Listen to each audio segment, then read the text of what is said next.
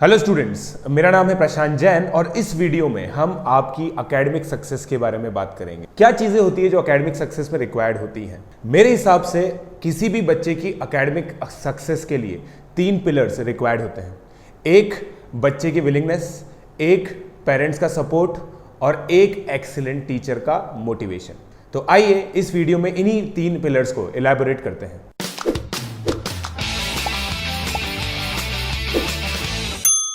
First हम discuss करेंगे students willingness. Students willingness क्या होती है? पहले मैं आपको ये चीज बता दूं कि जो एकेडमिक सक्सेस होती है उसका मतलब केवल ये नहीं होता है कि स्कूल में अच्छे नंबर ले आए, क्योंकि स्कूल के जो मार्क्स हैं वो आगे जाके किसी भी कॉम्पिटिटिव एग्जामिनेशन के सब्स्टिट्यूट नहीं होते हैं। मतलब आगे जाके जब हम कॉलेज के अंदर जाते हैं तो किसी ना किसी तरह का एंट्रेंस एग्जामिनेशन हम लोग को देना होता है और यूजुअली जो एंट्रेंस एग्जामिनेशन होते हैं वो होते हैं ऑब्जेक्टिव पेपर्स। ऑब्जेक्टिव पेपर्स के अंदर जो सक्सेस पाने के मायने होते हैं वो बहुत ज़्यादा अलग होते हैं। ऑब्जेक्टिव पेपर्स के अंदर जो स्ट्रैटेजीज होती है वो हम एक अलग वीडियो में डिस्कस करेंगे, मगर सबसे पहले हम स्टूडेंट्स विलिंगनेस की बात कर लेते हैं। अगर बच्चा एकेडमिकली सक्सेसफुल होना चाहता है तो सबसे पहले जो उसे चाहिए वो है कि वो अपने स्कूल करिकुलम से बाहर भी उसको पढ़ाई करनी पड़ेगी, क्योंकि स्कूल करिकुलम में एनसीईआरटी बेस्ड सिलेबस होता है, उसके अंदर बहुत ज़्यादा चीज़ें नहीं आती है, सब्जेक्टिव टेस्टिंग होती है, तो उसको थोड़ा सा इस सिलेबस से बाहर निकलना पड़ेगा। उसे किसी ऐसे एक्सपर्ट की रिक्वायरमेंट होगी जो एक ऐसा पर्सन या फिर इंस्टीट्यूट हो जो उस बच्चे की मदद कर सके।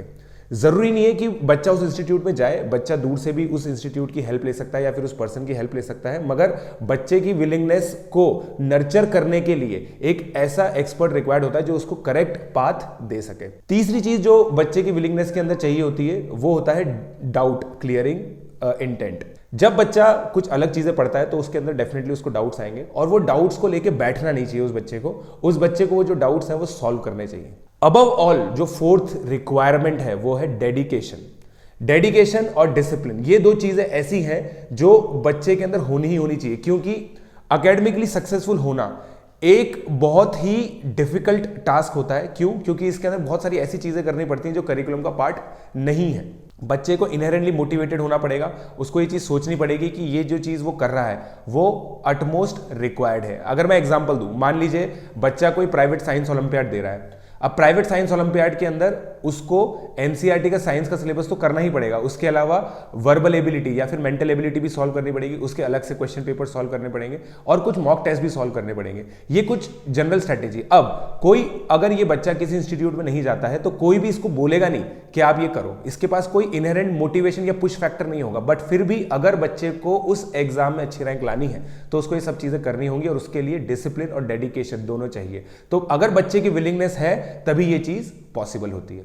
नेक्स्ट हम लोग बात करेंगे पेरेंट सपोर्ट की। पेरेंट सपोर्ट में जो सबसे पहला सपोर्ट वो दे सकते हैं वो होता है एक इमोशनल सपोर्ट और एक पेरेंटल सपोर्ट, इस चीज के लिए कि भाई बच्चे को एकेडमिकली सक्सेसफुल होना है।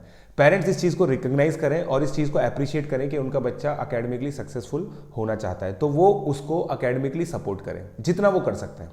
दूसरा, वो उसको फाइनेंशियली सपोर्ट करें। फाइनेंशियल सपोर्ट करना एक बहुत इंपॉर्टेंट पैरामीटर माना जाता है। ये ऐसा क्यों है? क्योंकि जो स्कूल एजुकेशन है उसके अलावा भी कुछ एक्सपेंडिचर्स होते हैं जो पेरेंट्स को इनकर करने पड़ते हैं। जैसे मान लीजिए कुछ एक्स्ट्रा एजुकेशन के लिए बच्चे को अगर कोचिंग करानी पड़ रही है, या फिर बच्चे के लिए कुछ एक्स्ट्रा बुक्स लानी पड़ रही हैं, या फिर कुछ ऑनलाइन सब्सक्रिप्शन लेने पड़ रहे हैं अगर बच्चा ऑनलाइन पढ़ाई कर रहा है तो ये कुछ ऐसी चीज़ें हैं जहाँ पे बच्चे को फाइनेंशियल हेल्प की रिक्वायरमेंट होती है पेरेंट्स से। पेरेंट्स बच्चे की बात बहुत ध्यान से सुने, उसको प्रॉपर रीजन आउट करें और उनको अगर लगता है कि जो बच्चे की डिमांड है या फिर पेरेंट्स ने खुद इंक्वायर करके कुछ ऐसी चीज़ निकाली है जो बच्चे के लिए बेनिफिशियल है, तो इस जगह फाइनेंशियली सपोर्ट करना बच्चे को बहुत इंपॉर्टेंट होता है। तीसरी चीज है वो होता है एक एक्सपर्ट पे भरोसा करना। जैसा मैंने बताया कि स्टूडेंट को एक एक्सपर्ट की जरूरत होती है जो उसको सही रास्ता दिखा सके।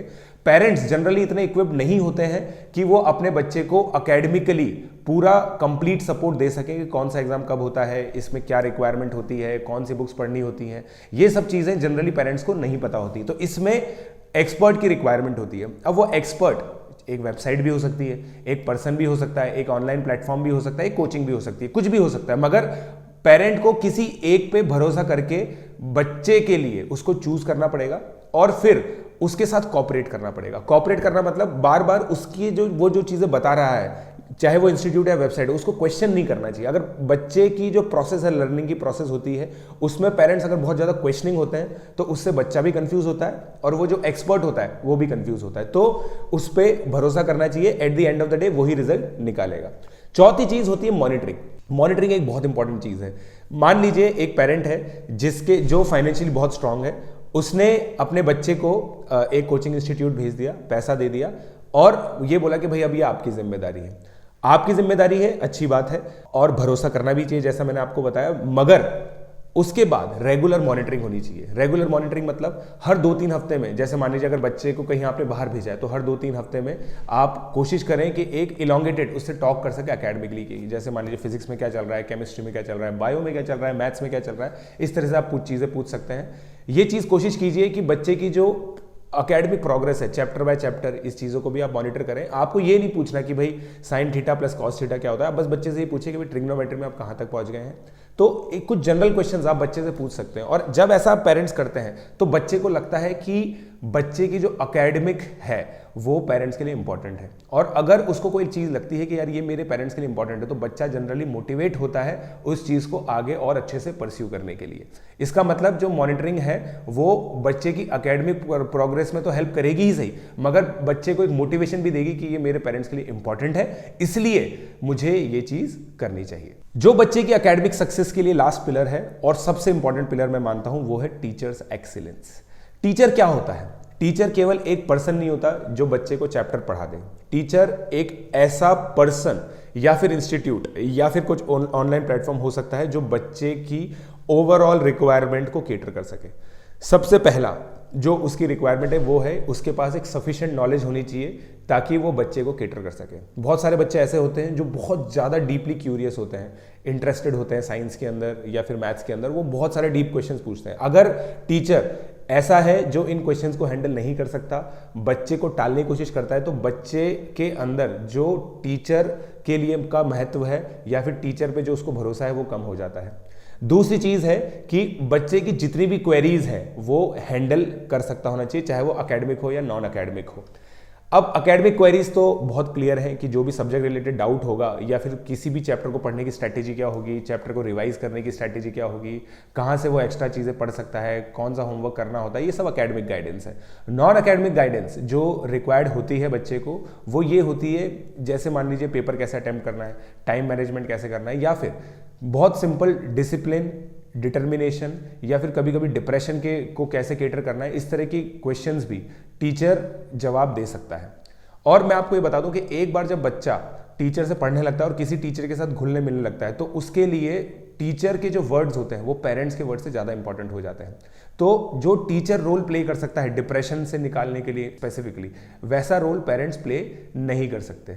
चौथी जो सबसे इंपॉर्टेंट चीज़ है वो ये है कि टीचर को बच्चे के अंदर एक ऐसी ऊर्जा भर देनी चाहिए जिससे वो इतना मोटिवेट हो जाए कि वो अपना जो एक्सीलेंट गोल है उसको अचीव कर सके। तो जो मेरा कहने का मतलब है, जो बॉटम लाइन है टीचर के लिए वो ये है कि टीचर एक ऐसा पर्सन होना चाहिए जो बच्चे के अंदर से वो पोटेंशियल बाहर निकाल सके जो बच्चा डिजर्व करता है। सो अगर मैं कंक्लूजन दूं तो कंक्लूजन ये है कि जो एकेडमिक सक्सेस के लिए 3 पिलर होते हैं वो सबसे पहला है स्टूडेंट्स की विलिंगनेस। स्टूडेंट विलिंग होना चाहिए कि मुझे एकेडमिकली सक्सेसफुल होना है। Second, parent support, it should be financial as well as academic as well as emotional. Third, excellent teacher, एक ऐसा टीचर जो बच्चे के अंदर से वो पोटेंशियल निकाल सके जो बच्चा डिजर्व करता है। आई होप आपको ये वीडियो समझ में आया होगा। ये चीज़ आप सभी पेरेंट्स को और स्टूडेंट्स को शेयर करें जिनको इससे बेनिफिट हो सकता है। Thank you.